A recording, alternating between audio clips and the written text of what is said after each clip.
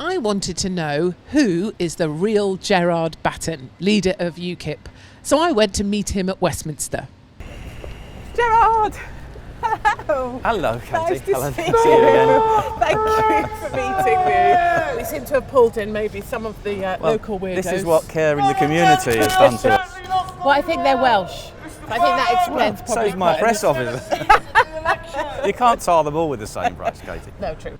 We got talking about exactly where UKIP is at right now. You've And I added think, membership. with all due modesty, people join because they trust me and what I say and what I There's stand an integrity thing to you, isn't there? Well- There's this sort of authentic thing. I get it. I get it from people, from listening, from being in the street, from hearing people talk about you. They may criticise elements, we can talk about that.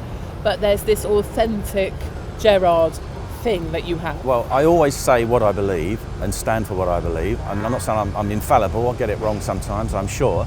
But I've thought things out over a long period of time. It would be difficult to dig up anything I've said in the last 15 years as an MEP that I would now disagree with. Yes, of Because course. I kind of think things out and stick to them. Isn't there also this thing though that you saved UKIP from itself? That's my assessment. You made it financially viable. You reboosted the membership that was at an all-time low. You turned it around to it was scoring 656%. We went up to 11 points. just before the Brexit Party appeared on Great. the scene. And then I feel like you created this. You stabilised the ship only then for the ship to be plundered. That's how I feel right now.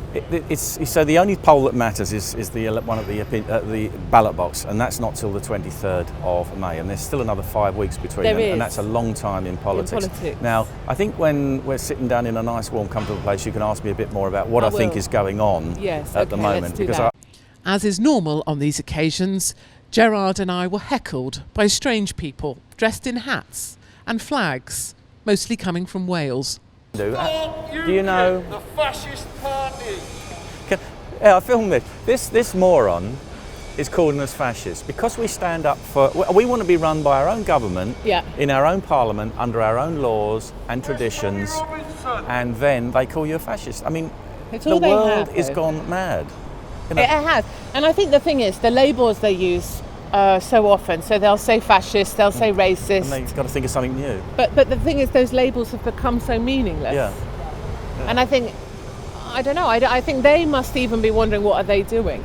You know, they have got to be asking themselves, what I are they think- doing? I think when you're deluded, you stop worrying, don't you? You don't question yourself. I don't know. I just think they must think to themselves, at some point today, they must think, why are we stood like pillars on the pavement with these flags, dressed as flags? Like, they must be wondering that. Oh, there he comes. Are you going to keep shouting from there? Hello there. I hear you're running, are you? I hear you're running. Are you running for? Well, I think that'd be great. I think you'd be fantastic in the European Parliament. Absolutely marvellous. You won't need that because they've got microphones. Pardon? Is it fascist yeah. to vote for Brexit? Is it fascist that you vote that 17.4 million people voted for Brexit? Is that fascist?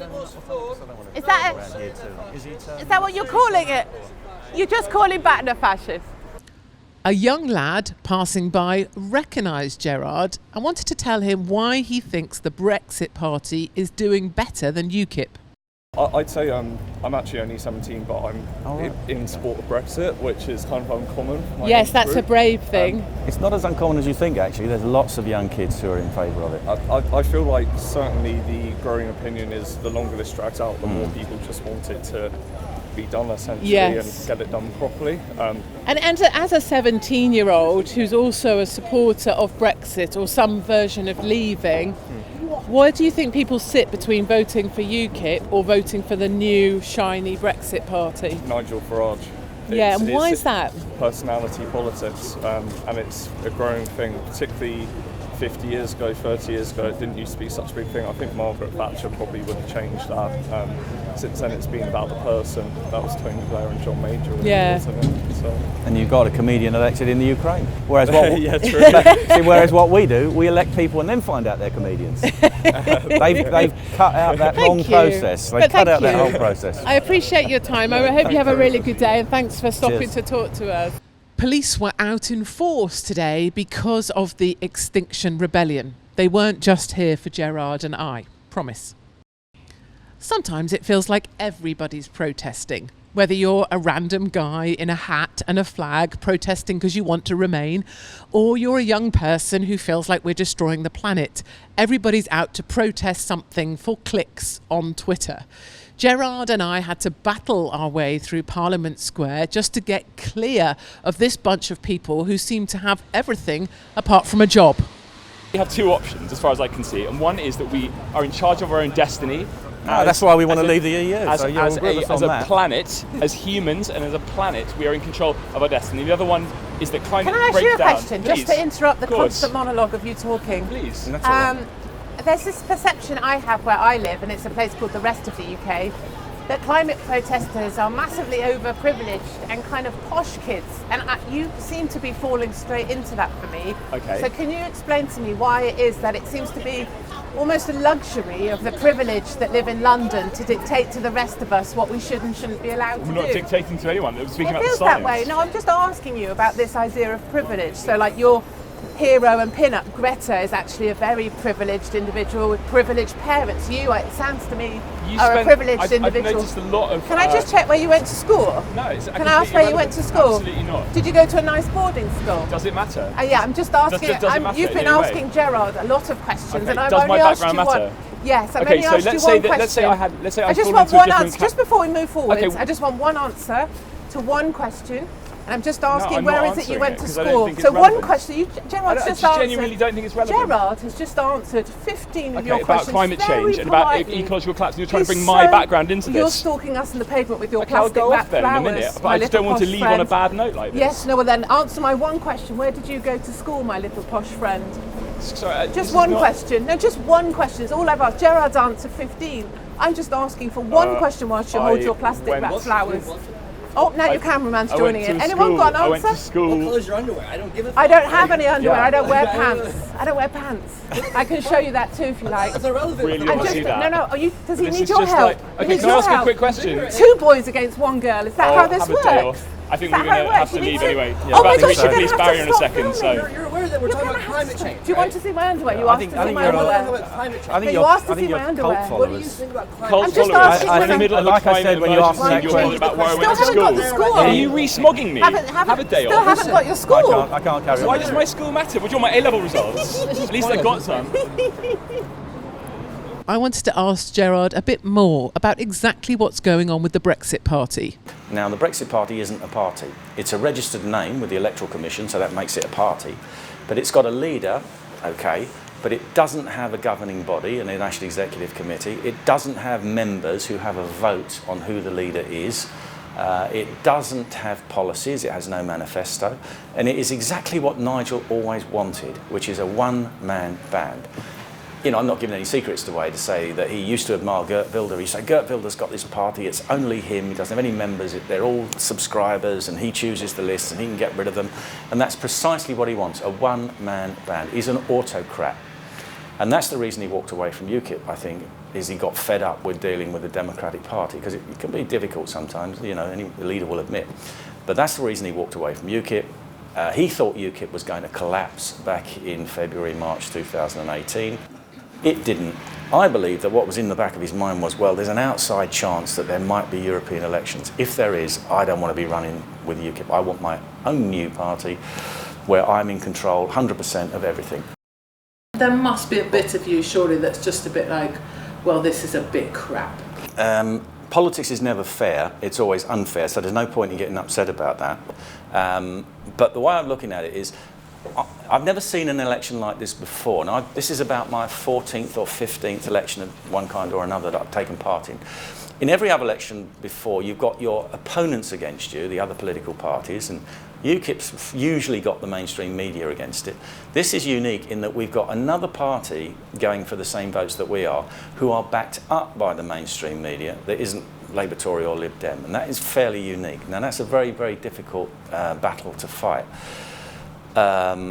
But that doesn't mean to say we're not going to fight it, because we are, and we're trying to go over the heads of the mainstream media and whatever to appeal to those ordinary voters out there who don't just want to vote to leave the European Union, but want something more afterwards.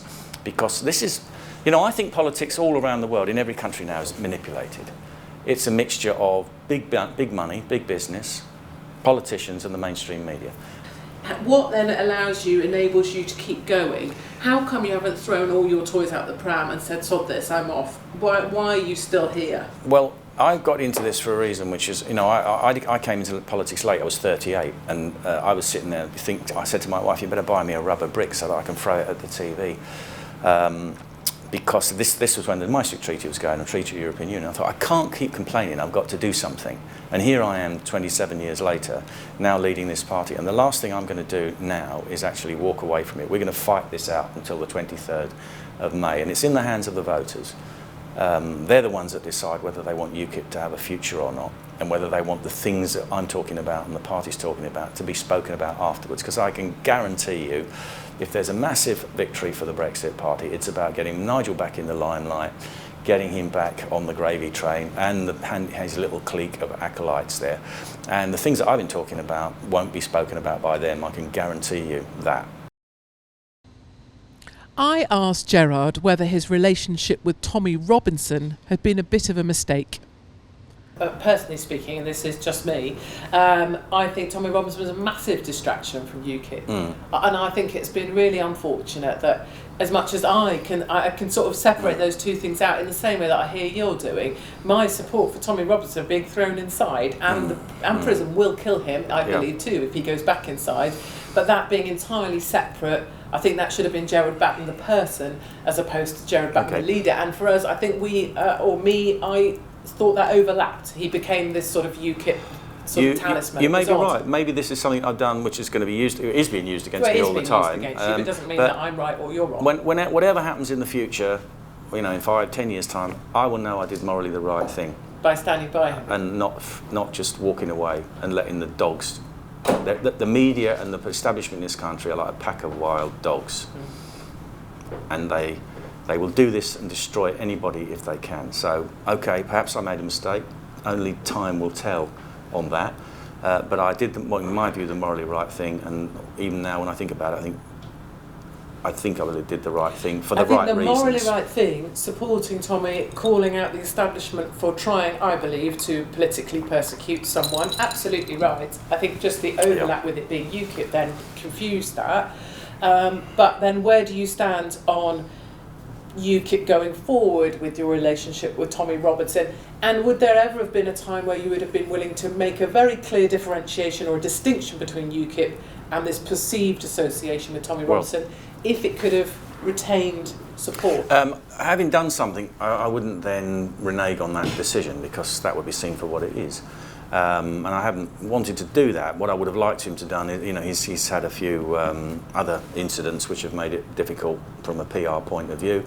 But we have to see what happens in the future and what he's going to do in these European elections, for example, which are coming along. And that's a thing for the future. I've got the most important thing on my agenda at the moment is the European election. But I think there's a lot of people out there. You see, this is what I've got to do. I can't be defeated or cowed by what's going on in the mainstream media and the establishment. I've got to think, what is the right thing for me to do into the relation to the people that I'm trying to do it for?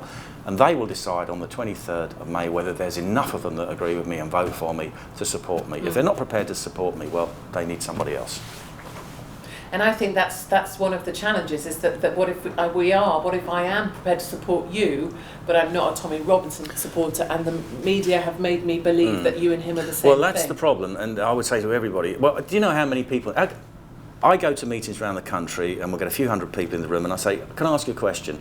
How many of you now watch much less media than you did at the time of the referendum, or don't read newspapers at all? 90% of the hands go up.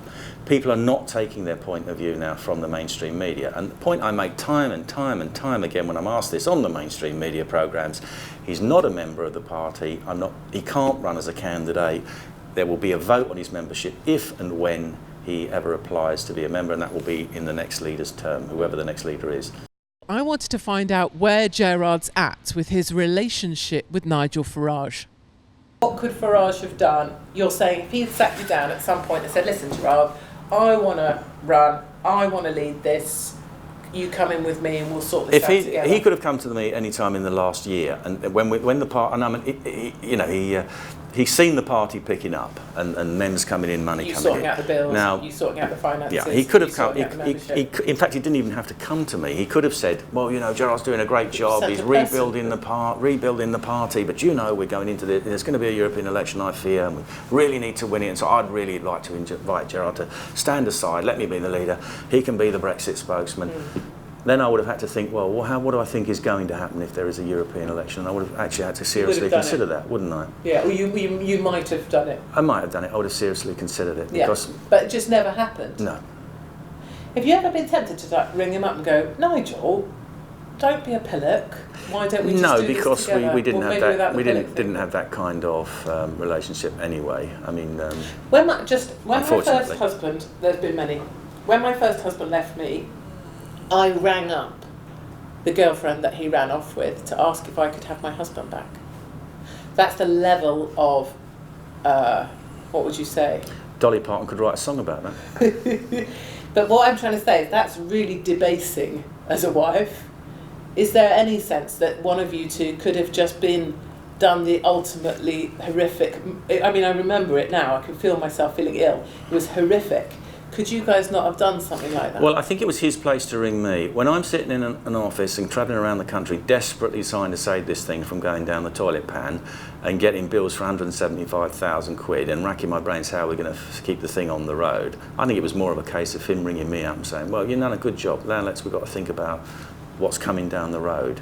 Because, you know, my assistant, when we had the referendum on the 23rd of June, 2016, I came back into the office on the 24th, sat down at the desk, and she said, why are you looking so bloody miserable? You've just won a fantastic victory. And I said, because I know it's going to be betrayed.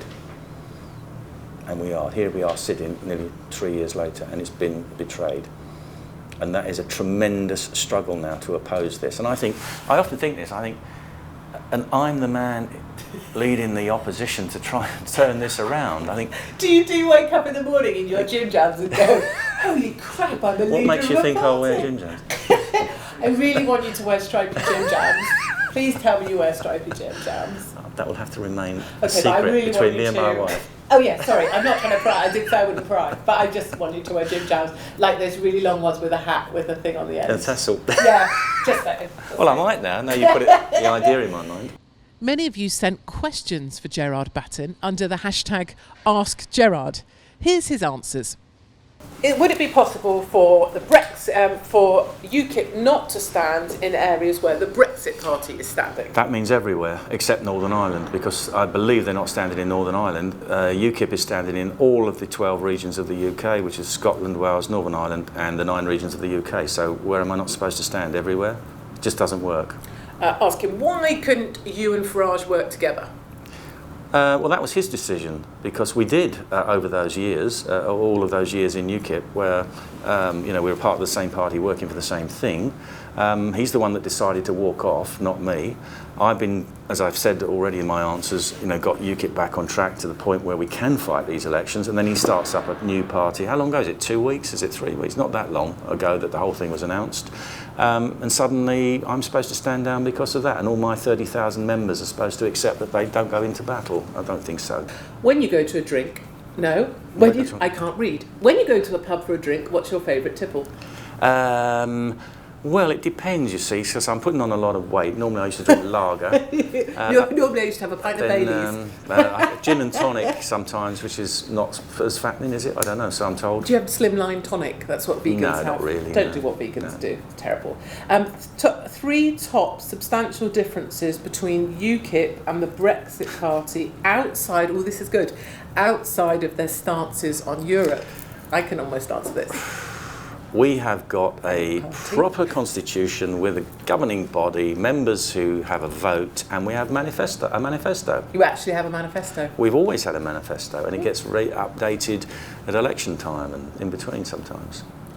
Okay, when is he going to fold? This is not how I wanted to end this. I'm going to find a different one. When is he going to fold UKIP and work under the Brexit Party? Never.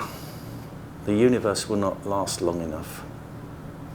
I belong to a real party, not a party of celebrity, has-been Look Tories. at me when you said that. So let me rephrase that one. No. I want to belong to a real political party, not a party made up of all of these has-been Tories. They're all ex-Tories. They love the Tory party, but they know it's crap and it doesn't stand for anything they believe in, so they have to go off and take over something else and make that into an alternative Tory party. I'm not interested in that. I've never been interested in that. I never was a Tory, was never a member of the Labour Party either, and I've always wanted to belong to a political party that represents the broad mass of British people with patriotic policies that actually make sense to them. I wanted to challenge Gerard specifically about Count Dankula and Sargon of Akkad. We would select them on the basis of their loyalty to the party, their record, what have they done. But also I made provision that for people who can get us a bit more coverage in the social media. So that's why Carl Benjamin is on there, it's why Mark Meehan, Count Dankula is on there, because they have... he's taught his dog to do a Nazi salute. Yeah, but he's got... Gerard, Yes. But I'm just going to say, you've got to call you out. If you go, bloody Anne Whitaker, rah, rah, what's she ever done for politics, apart from 50 years of the Tory party, and you've got a guy who taught his dog to do a Nazi salute. Well, he did a bit more than that. He's actually quite a very good comedian, if you have heard him. He's does a shit as an MEP candidate. Well, no, but he's not top of the list. He's not top of the list. He shouldn't have been imprisoned for teaching his dog to do a Nazi salute. Well, it's just part of his satirical approach to life. Now, him and Carl are free speech campaigners. I know, but you're not a free speech campaigner, you're a political leader, Gerard. Yes, but the free speech thing is very important, because Dankula's been arrested and given a criminal conviction for something that would have been a criminal conviction in Nazi Germany. We've all been arrested, for the same Gerard. thing. It doesn't mean we're good MEP candidates, as I have proven in the past. Okay, fine. All I'm saying is you can't really attack the other side for engaging with stars when you've got some I've done it for a punter. reason, not just because they're known, because they have... Because they've got good beards. Carl, do you have to have a beard? Yeah, you wouldn't make it, I'm afraid. I'm growing one. I jumped in a taxi with Gerard to find out a bit more about the man behind the leadership of UKIP. Where do you find loyalty and are reassured by loyalty? And I've got a couple examples that I can think of around you of loyalty that I see, people that really have stayed with you. I think it comes from, not always, but it comes from the people who don't get any material gain out of what they do. We've got loads of people, activists and members who've been with us for years, have got nothing out of it, which is why I feel so strongly about the people who have got something out of it and then have no loyalty to them, the people that... So you mean people that, so grassroots campaigners who've got people elected, they've stuck around and have stayed loyal, but people that they have got elected into maybe good positions or financial positions or pensions or whatever, they've just jumped ship. Yeah, it's like we had, when I was on Sky the other day, they didn't show this part of the interview, I'm sure, but they said, you've had 3 ladies walk away as MEPs. Oh, the Margot something. Margot Parker, Jill Seymour and Jane Collins. And they walked away because of what Sargon said, this terrible remark. They were actively targeted before they walked away. But I know, but what they don't know is that up until the week before, those 3 ladies thought that they were going to be top of the list. Yeah. 2 of them had given us £1,000 donation to our campaign. 2 of the candidates that would have thought they were going to be top of the list gave you £1,000 each. A week before they jumped. Yep. And then on the Friday they found out that they hadn't been accepted as candidates on the Thursday. On the list. They're not on the list. And then suddenly they walk and they're saying these things about me. So until the point where they weren't, when they thought they were going to be selected, it was fine. Yeah. When they found out they weren't on the MEP snouts in the trough gravy train, then they were suddenly had a point of principle. They were suddenly principled women who had definite thoughts. And it wasn't my decision, it was a joint decision of the NEC panel who decided that they hadn't fulfilled their obligations to the party that they agreed to do in 2013. So I won't go into details on that. No. They just thought that they hadn't done it, so they weren't going to be on the list. Now, if they had been top of that list, they would have been at that press conference smiling and telling people to vote UKIP. And what's going to happen with you? Because you're supposed to have been a year, and that's now run over because of the local elections. Then it will run over because of the European elections that we're not supposed to be part of. If people say, "Well, Gerard, we want you to stay on as leader," will you stay on, or have you had enough? Are you done? Well, let's see how it goes. I've got 5 grueling more weeks of this. Yeah. Let's see what the result is like, and I'll make a decision after that. But I'm not getting younger. I'm 65. I could retire if I want to, and working 6 or 7 days a week isn't entirely what I envisage doing No. between the ages of 65 and 70. What would you say to anybody, like a young person or even somebody my age? A young lady. Well, no, not me, because I'm a toughened old bag, but someone, normal that wanted to go into politics, particularly on the right side of the equation, or a loyal British patriot that wanted to stand up for their country. What would you say? Don't. I think you should only get, whenever people have political ambitions, they immediately should be barred from being there. But I think you should only do it because you really feel compelled to do it. In the way that I did this Otherwise 27 years ago. You've got to do it because you really feel that you must do it, because you believe in something. And be prepared for something that can be very Brutal. Unpleasant. Especially now, it's got Like more a and more unpleasant smear now. It wasn't like this when we started off. Would you rather have your prostate checked I've had or it. be leader of UKIP? I had it done. Which one's better? Well, I don't get paid for either, but one costs, they both cost me money actually. But you still haven't made a choice. No. If I offered you tomorrow, leader of UKIP or have your prostate checked, which would you choose? You'd have to pay me a lot of money for one or the other for me to make a choice. Gerard Batten, I appreciate your time. That's all right, thanks for interviewing me. It's been a pleasure. Thank you.